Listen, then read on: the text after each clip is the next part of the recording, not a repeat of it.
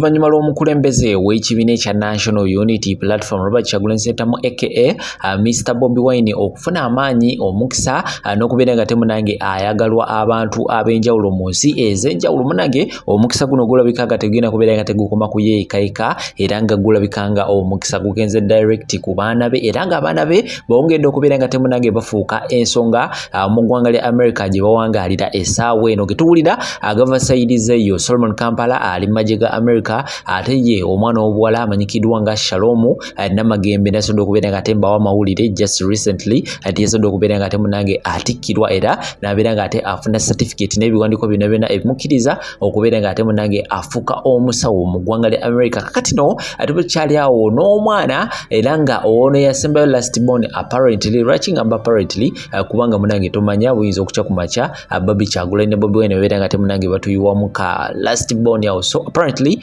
last born waabwe Zubi Nakayi Ssentamu Kyagulanyi naye ayongedde okubeera nga temunange afuuka w'amaanyi side zeyo era ng'omwana ono yabadde ayina somewhere ku conference emu gyesodde okubeera nga ate ayitibwako okubeera nga ate akola speech. Yes, kyowulidde kyekyo Subi yesodde okubeera nga ate ayitibwa abeere nga ate abako byayogera naddala ku climate change okusokera ddala era nga waliwo n'ensonga endala yabadde kwatagana ku bisolo eby'omu nsiko ebitalina buzibu era ng'omwana ono yabuuziddwa kikyalowooza ku nsonga zino era ng'omwana yakoze speech. Bannange twesabire era tonoonya akasente kubanga bannange si byangu n'akamu. At least omwana we yalibadde afaanagana bw'ati. Abazungu bakutte ku mutwe nga bawulira omwana afubutuka oluzungu nga bagamba nti omwana ono oba yasomera waki ekigenda maaso era nga njagala kubeera nga tekuterawo butambi osobola okubeera nga tenaawe ensonga ezo omanye biki ebiri mu kubeera nga tebigenda mu maaso side ze speech ye yabadde etya era ng'ojagenda wansi awo obeere nga te otuwa Maxi Goloza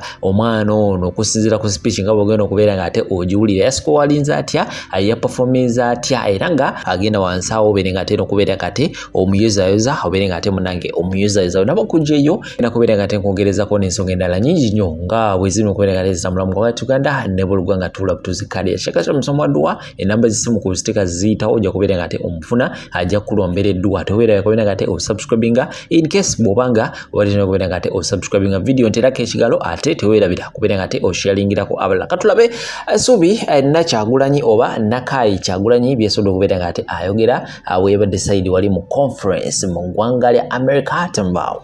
My name is Subi and my line of inquiry is endangered animals affected by human choices. When I was researching, I learned about different animals like turtles, orangutans, seals, and polar bears.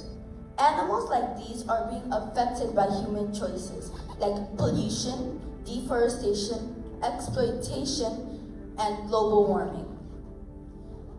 There are more than 48,600 endangered species threatened by extinction, which means that this is their last population of their species, and once they die out, no bringing them back. For my interview, I interviewed Tara, who was an animal activist, and I learned a lot more about endangered species from her experience. Like when she participated at a beach to save endangered bird eggs. These eggs were being stepped on and crushed by people and dogs when they were being walked. Which means that when you step on one of these eggs, you killed 1% of their population. Even though we were in different time zones, we had a Zoom meeting and it went well. For my mission, I made flyers and a painting. My flyers are on endangered land animals, and endangered birds to show that not only are land animals being affected by our choices, but every species, even humans, are being affected by choices like these. For my painting, I made a painting of an orangutan, which is half alive and the other half is an orangutan skeleton. to show how badly they're being affected by deforestation. Their habitat is being stripped away from them. My favorite part of this whole presentation was making the flyers. Making the flyers let me boost out my creativity and also let me show how much I cared about endangered species and animals in general. I want to thank my mentor, Ms. Kenise, and my teacher, Ms. Major, for pushing me to do better in my work. Don't get trapped in the digital circus and go crazy. Save endangered animals by doing little actions that make a big difference. Thank you. Uwuliriza story eno ndowooza mu abakyala abaludde wano ku Bulaaya mu abanaatuwa ku magezi. Zino incidences naakaziwulira nga 3. Omuwala yampandiikidde n'aŋŋamba nti mwami Lubega omuzungu yampasa n'azija e Uganda n'ezija n'enfumbirwa era ndi maka ga muzungu mwembeera. Essaawa zino ndi lubuto naye ekisinga okunneeraliikiriza olubuto lwe nnina nkakasa nti omwana gwe ŋŋenda ozzaala muddugavu. N'aterawo ennamba ye eya WhatsApp ne mugamba nkubira ku Snapchat ne twogera. Kati story y'omwala ono eri bweti kuba yanzikiriza n'aŋŋamba mbabuuze oba nkole live mu bannayuganda mutuwe ebyokumuddamu kubanga nze ebintu ebimu kati nange byansukkako waliwo wentuka nga sikyalina amagezi gempa bantu nga neetaaga obbabuuza. Omwala ono annyonnyodde story ye n'aŋŋamba bw'ati nti bwe yajja wano eno omusajja yamuwasa omuzungu nga musajja mukulumukko ali myaka 6 naye ng'omwami ono tasiibawo ewaka. Omwami akola ku lyato kapiteeni. Ekitegeeza omuntu nga akola ku lyato kapiteeni avuga gano ga boat cruise aganene Caribbean cruise abeera afuna ssente nnyingi. N'awasa omuwala ono munnayuganda n'amuleeta mu ggwanga erya Denmark. Kakati bw'amutuusa mu Denmark omuwala ono nti ne wabaawo omusajja eyamukwana munnayuganda. Kati engeri eri omusajja omuzungu gy'abadde nga taliiwo akola safaari ono n'abeera nga yeeyagala n'ono omusajja munnayuganda mu kabanga ako. Omusajja ono munnayuganda n'akakasa ono omwana omuwala n'amugamba nti omanyi nze nkwagala kyonna ekinaatuukawo ŋŋenda kubeera naawe kubanga ono omusajja munnayuganda ayina akatabo. Kakati omuwala ng'agenda afuna olubuto oba olubuto lwakula tamanyi oba olubuto lutuusewa simanyi. Olubuto ne lutuuka ku point kati omuwala agenda kuzaala era yagenda ne bamukolako ne bakebera olubuto ne bamugamba nti ogenda zaala mwana mulenzi. Naye omuwala kyeyaliikiridde nti agenda zaala mwana muddugavu naye akyali mu maka g'omuzungu oli. Kati ate ono omusajja gwe yazaalamu omwana omuwala yagenza okukizuula ng'omusajja mufumbo ayina omukyala mufumbo ayina omukyala munnayuganda bayina n'abaana 3 babeera bonna. Kati omuwala yeebuuza akoze atya kubanga bwazaalira omwana maka g'omuzungu simanyi kikigenda mutuukako kuba baddayi ffenna tuli bantu. Omuzungu oyo naye agenda ku reactinga nga ze bwe nandi reactings. Kwanze mugambye vaawo genda mu crisis home otandika obulamu bwo osala amagezi amalala kubanga yabibulidde omusajja munnayuganda omusajja n'amwekyangirako n'amugamba ffe waffe tetuzaala tetukola ki. Ate okuva omuwala we yafuna olubuto yali yalusirikira nga ye yeesugulidde ku musajja munnayuganda kuba munnayuganda yamugamba nti nze kyonna ekibeerawo ŋŋenda kuyimirira naawe. Ebyo nno bigambo binene nnyo ng'obigambye omwana w'omuntu naddala wano ku Bulaaya. Kati nze ŋŋenda kubabuulira bwe nti mmwe abakyala ffe abasajja tujja kusigala always nga tunoonya oba olina omukazi oba olina ki. Bino byembalaba nga mugamba abasajja omusajja yakoze bw'ati omusajja yakoze bw'ati nekya y'omusajja oba abasajja abasinga obungi ajja sigaza alaba oli omukazi alaba ono alaba ono. Kati obuzibu obubeerawo nti ffe abasajja ate bw'ozaala omwana oli era asigala wo.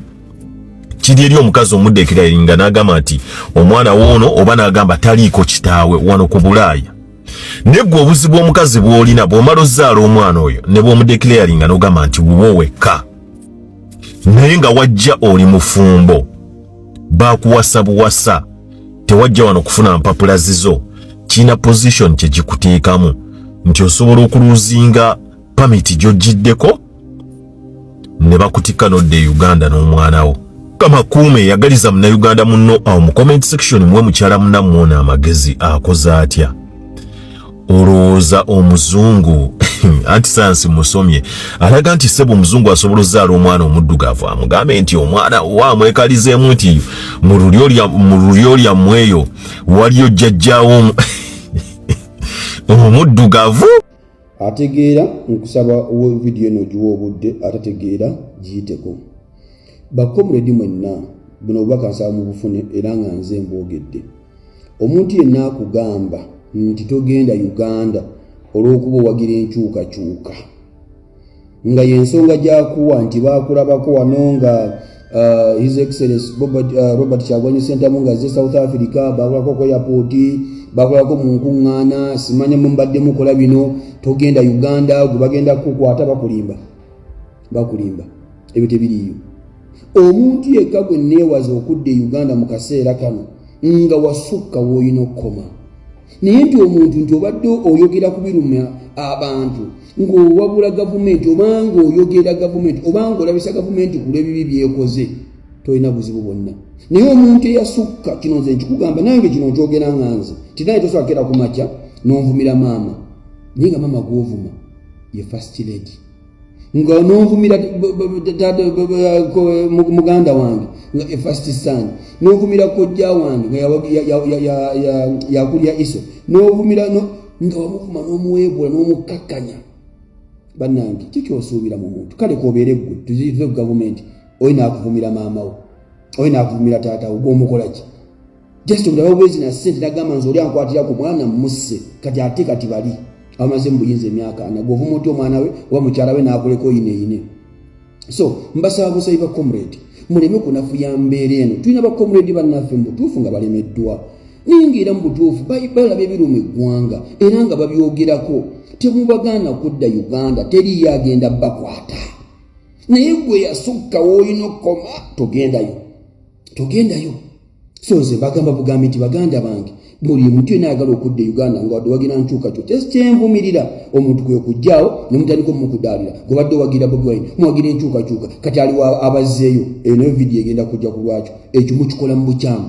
Eyo gavumenti bweba eyamba omuntu tetunuulira ngeri batujjako omusolo obatujjako omusolo tebatunuulira feesi ya muntu, tetunuulira ekibiina kikyawagira, bagamba wagira sasula omusolo gwo otambule okole ki ogende. So mbasaba busayi bwa comrade nze bino bibagamba nze abo basoko NRM supporters ezenteze eziri wano bihogo zisiine nze kenyini zikozeko reports empitirivu nenga za bulimba.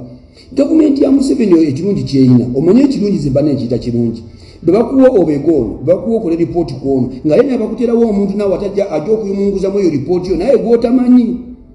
Nze bankozeko report wawo n'omu we yali ali ng'ankolako report gwe yali agamba asobole okutuusayo ebintu ebyo bankoleko obukyamu n'amugamba ono omusajja mumanyi tasobola kuba ng'akola kino na kino n'ankubira essimu. So bwegendereza abantu abo bajja batiisa okudda Uganda naye nga tebagenda kubaako kye babakola. Naye bano abantu bateekawo embeera era bano abantu bano babihogo baawano ezino ente zino ezeefuula eziwagira NRM olw'okuba nga zaagala okubikkirya ebikolwa byabwe n'emisango gyabwe ne beefuula bagiwagira ennyo era ne bakritisizinga buli muntu ne bavumirira buli muntu atawagira gavumenti. Abo bakola mulimu gwabwe nga bo. Bwe twogera ku luma gavumenti gwe zino ente ziri e South Africa temulina right etwanukula. Tuba twogedde ku bituluma kubanga ffe twagala eggwanga lyaffe, ffe tetusasulwa naye ate mumusasula okwogera ku Uganda mwambala t-shirt babasasule, mukola enkuŋŋaana mukola zividiyo basobole obbasasula, naye ffe twogera ku biruma eggwanga lyaffe luterere. Nze naawe yetunyumire. Lwaki mugaana abantu okudda Uganda? Lwaki mubagamba nti bagenda bakwata? Wamma bakomedi mwe nayagala okudda Uganda genda, naye oba wasukka woolina okukoma nkwegayiridde ate sigende Zimbabwe oba gende Kenya oba gende Malawi naye togende Uganda nga wasukka woolina okukola ki okukoma. Naye buli comrade yenna oba wayambala akakofiira oba wagira His Excellency bakulaba muntu mu nteekateeka zaffe gende Uganda tufiira wano, teri yagenda kukwata wa illa nga wasukka. So mwe bakulembeza bali mu nteekateeka eno nga mutiisatiisa abantu namwe bakomrade abagaba abantu bagenda bakwalika kano katego mukola kikyamu. Mwabakulembeze mukole ekituufu. Omuntu azze ng'agala kudda Uganda temumusosola olw'ensonga tawagira gavumenti. Abantu mbazze Uganda bonna ffena tuli bannayuganda, ffena gye biggweera ffena tuva mu nseemu. Nkulaga Malibu ono ye mukyala wange gwe nalonda mu bangi gwe nayagala gwe nanona ewaabwe gwe neeyagalira era gwe ndi naye nina ensonga lwaki natwala ono atazaala nendekawo gwazaala era mwagala kitegeeza wali asalima kwe ogandi walekawo anti ye waba alina interest kino kakimanye owulira kino kakimanye mukyala wange mwagala olwana otya kokola otya ate nakino njagala nkigambe ensi yonna nti ennyumba ya Janat era nga Salima yagizimba webale nnyo woba wagizimba kuwasana kulezawo linekisiraani nagiwoono webale kuzimba nenjiwoono webale kugizimba nenjiwoono ekyama naawe eyo tuveeyo tugende kukirala ono omwana ensonga lwaki tazaala nze sizaala yensonga lwaki nalekawo gwazaala nentwala atazaala lwaki tonzikiriza kwogera tosobola byogenda kwogera kubeera oli kugamba mbu kabawera olunaana gwe Salima kankubuulire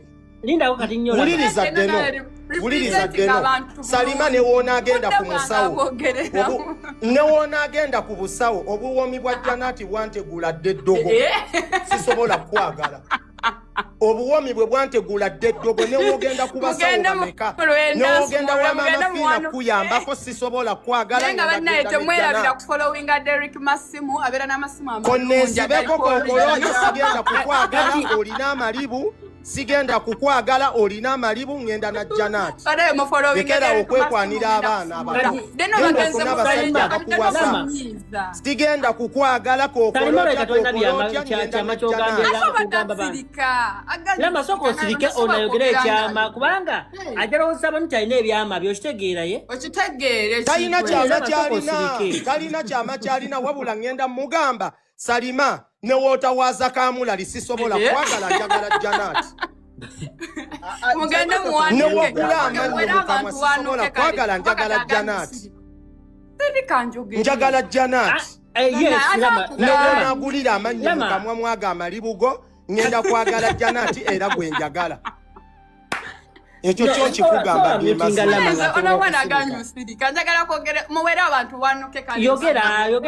kansirika yogera ekyama awo weebalire ddala kati ddeno bano abaana ekibabuzizza enzaalwa era baba waliyo omusawo omuganda yenno baseeka alina edduwa ey'amaanyi asaanye agenda akyalireko bano abaana famire ey'abano abaana ababiri Rama ne mukazi we nze Rama yali mukwano gwange mwenna mukimanyi nga teri kyatanyumiza naye nze nina emizi sinyumya nonsensi wange eri mukwano gwange tuvula batalina kyasobola kunvuma nga kinkwatako kuba Rama tamanyi kyenkola ne kata yambuzanga okola mulimu ki nga talina kyamanyiko nze so Salima toyogera obwamala yabwobadde okola nali nasirika Salima mpeddeno vidiyo nga bakusokoola ddola mu busolo eyo vidiyo gyasi yaŋŋana okugita mpeddeno vidiyo nga bakusokoola ddola mu busolo mpeddeno vidiyo nga bakusokoola ddola mu busolo Salima kakati keno nteeka mu kinene enkwatulira ebyama kati oba oyagala byama nteeka mu kinene enkwatulira ebyama tondeetera wallahi bilahi tallahi mama wa Rama tayagala oyo mukazi ekirala mama wange tayagala Janati bulijjo nga sikimanyi ekirala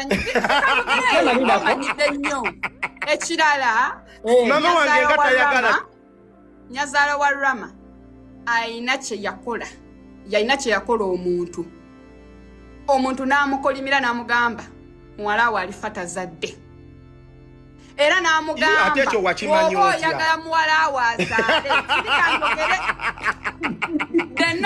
kulina ndeeta bujulizi njagala mpe mu bulimba nina n'obukakafu olwakiko mumyutinga amaleyo kulina obujulizi abeere mu myuti nze kuba kyo njogera wallahi billahi tallahi ye yabinyumiza okufiira omwana wange wallahi billahi tallahi kati namumbu abalungi abatuwuliriza era abatulaba olunaku olwaleero tukyaddeko ewa Sheikh Ashraf Dembe.